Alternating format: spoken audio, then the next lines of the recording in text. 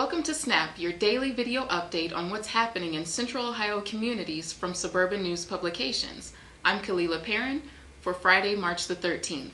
It's getting mighty green in Columbus, Dublin, and in Powell, well in advance of St. Patrick's Day on Tuesday the 17th.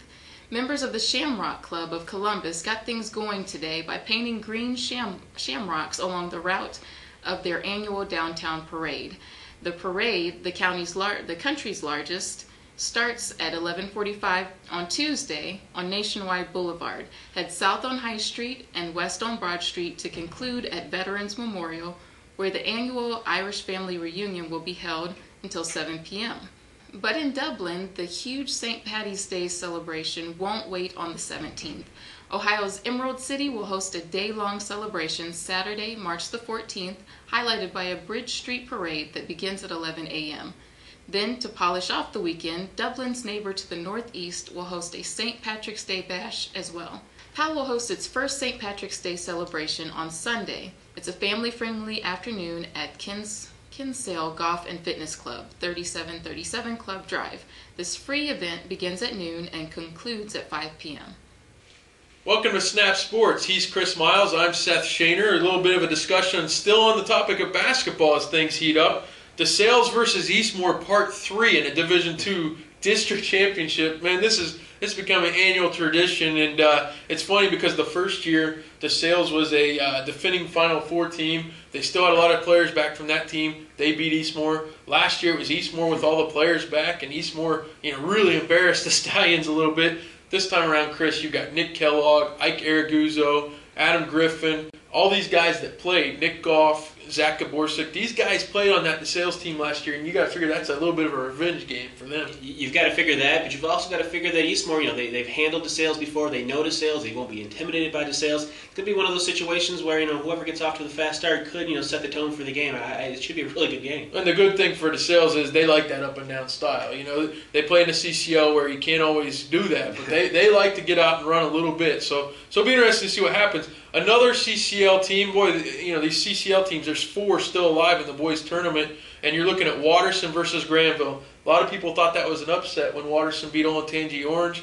I kind of thought it was too, but it proves that the CCL kind of helps prepare these teams, and as we go along, Watterson's still alive, and they've got a chance to win a district championship. I saw Granville the other night. That's a really good squad with a bunch of seniors. They knocked off number 2 seed Canal Winchester, and they did it pretty easily. They controlled the paint, they controlled the perimeter. It's a senior-laden squad. They haven't won a district championship since 1985, so should be a good game for sure. We'll see if Watterson has an ace in the hole for that game. Moving on a little bit, the Kaufman girls, as we discussed earlier in the week, Dublin Kaufman girls onto a regional championship game. We'll see how that goes for them. The best thing, Seth, this is a rematch of last year's regional final. The Lakota West won pretty easily against an upstart Kaufman team. Here we are a year later. Kaufman's, they've had this game on their mind the whole entire season. In fact, they played each other during a holiday tournament over at Lakota, and they beat Lakota 54-44 during the holiday season. So, Kaufman's going to have some confidence going in. Lakota's deep, they're good, and they've got a girl, it's Alexis Rogers. She's on her way to Duke, so chose Duke over North Carolina and UCLA and Texas. So they've got some talent, and Kaufman's got some talent too. It should be a lot of fun. Well, and the Friday action doesn't stop the basketball. This weekend we've got district championships games in Division I, 3 of those on tap for the Coliseum, and then possibly Worthington Christian playing for a district championship Saturday night. One of the teams still alive, Dublin Kaufman's boys. And they're rolling along. They've got a freshman point guard, Kyle Moloch, who's led this team, but they run into a number 2 seed, in this case Grove City, who's really good. They got a big man, John Smith, in the middle, 6'7". Kaufman doesn't have anybody that size, so it should be interesting to see how things unfold. It's a great day of basketball, and you get over there and sit down, you may not want to leave. Yeah, Northland versus Western North also on the docket. Just 4 games Saturday at the Coliseum. Check it out. We'll be back next week with Snap Sports.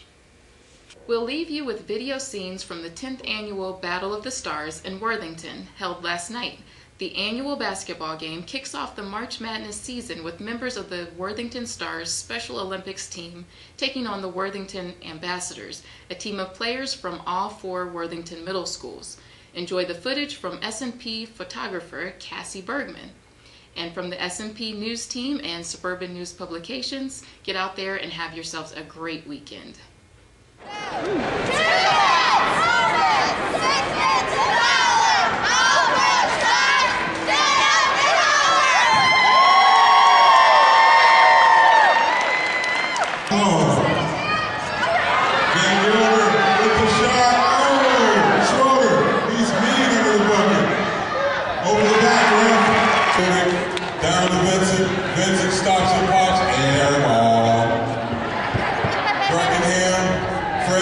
rebound, going strong with